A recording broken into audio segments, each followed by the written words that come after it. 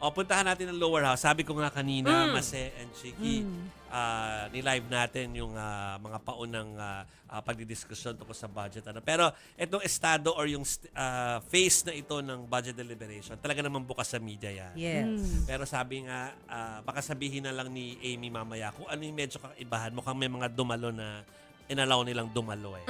No? So, nandyan si Amy Atienza sa lower house para po sabihin sa atin yung ganap kanina sa diskusyon tungkol sa national budget. Yes, Jovi, Chiki, Mase, good evening nga. Sinimulan na ng House Committee on Appropriations yung kanilang budget deliberations patungkol nga dito sa 6.793 trillion pesos na national budget. Kanina alas 10 ng umaga, ng formal na nga na binuksan ng House Committee on Appropriations ang budget briefing. Kasama rito ang Development Budget Coordination Committee o DBCC, kabilang ang Department of Finance, Department of Economy, Planning and Development, Department of Budget and Management at Bangko Sentral ng Pilipinas. Ipiniliwanag ng mga ahensyang ito ang mga pangitain sa paglago ng bansa sa mga susunod na mga taon.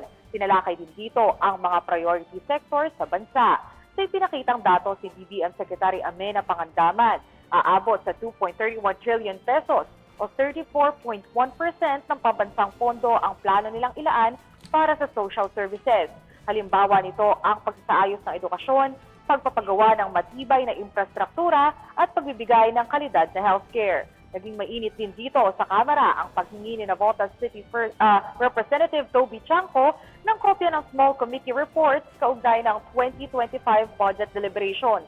Hindi agad ito naibigay ni House Appropriations Chair Mika Suwansing dahil saad niya ay hindi naman daw siyang in charge sa Small Committee noon. Ito naman ang naging komento ni Chanco dyan. Acceptable. This is public records. Pareho pa naman yung COMSEC natin. At yan dapat linalagay sa archives. Ang daming violation, Madam Chair. Walang record, hindi binigay. Ngayon, it's not readily available. Walang record sa archives. Ano to, sikreto? No, let's the ask the appropriations committee chair chair. Let's ask at the the committee secretary where are the signed records of the 2025 small committee report. But if within 5 minutes wala yan, ibig sabihin wala yan, ngayon palang gagawa yan. So the small committee is subsumed within the Committee on Appropriations, and it is the Committee on Appropriations who's required to submit the committee report. In this case, the report and the output of the Committee on Appropriations is the HGAB.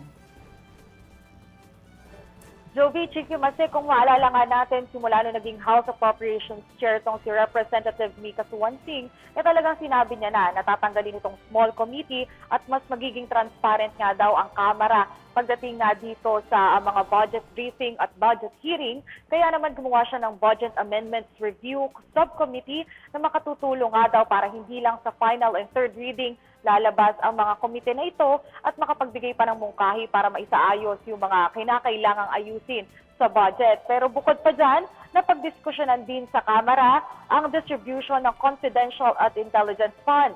Nananatiling ang Office of the President ang may pinakamataas na pondo nito na nagkakahalaga ng 4.5 billion pesos.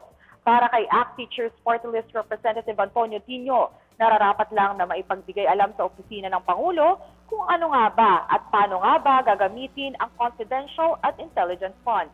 Narito pa ang kanyang sentimiento. Hamon po natin sa Office of the President na kung pinapagpaliwanag natin ang Vice President sa paggamit niya ng confidential fund, lalong kailangan ng Pangulong magpaliwanag dahil di hamak na mas malaki ang confidential and intelligence fund ng Office of the President.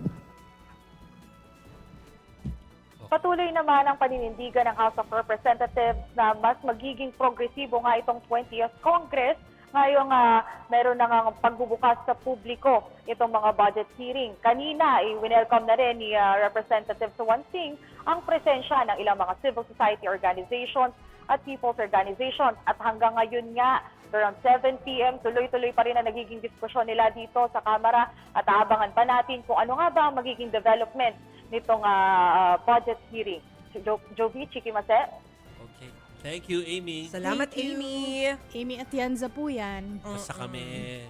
Thank you, Amy. Yung ako, we will appreciate kapag naging sobrang public or transparent ng budget deliberation. Yun lang. Para para tayo na mismong bayan yung nakakakita kung ano nangyayari. Ano? Hindi yung minsan parang nire-report naman ng media yun kaya lang talagang siguro dahil malayo sa bituka ng parang natitechnikalan masyado mga kababayan natin. Yeah. So medyo turn off sa kanila. No? Pero sa totoo lang, basic po na yung budget na yan ang dahilan kung bakit hihirap o ganda yung buhay natin for the Totoo. year. And can I just say, dito ko na-appreciate yung efforts nung ilang mga advocate talaga nitong usaping ito, like si Shelo Magno. Although mga bumabati ko sila, pero kailangan kasi natin yun kasi sila yung mga matsatsagari na nag-e-explain para mas maintindihan natin to. Hindi lang siya, meron pang mga iba na tumutulong. So, ako na-appreciate ko yung mga ganong effort. Kaya upset talaga siya no sa mga naiinis talaga siya Oo. sa mga pangyayari. Sila Heidi Mendoza. Oo. Sila pala yung mga yung mga matsatsaga na nag-explain Oo. kung ano bang ibig sabihin pag ganito, ano ba tong ganito. Kasi kung halimbawa yung mga ordinaryong tao na hindi ka naman talaga matsaga na tumingin ng mga ganyan, ang Tune hirap out ka na unawain. Oo. Correct. Oo. Boring pati. Yes, Diba? Pero ganun yes. talaga Oh, actually, Budget ano, no?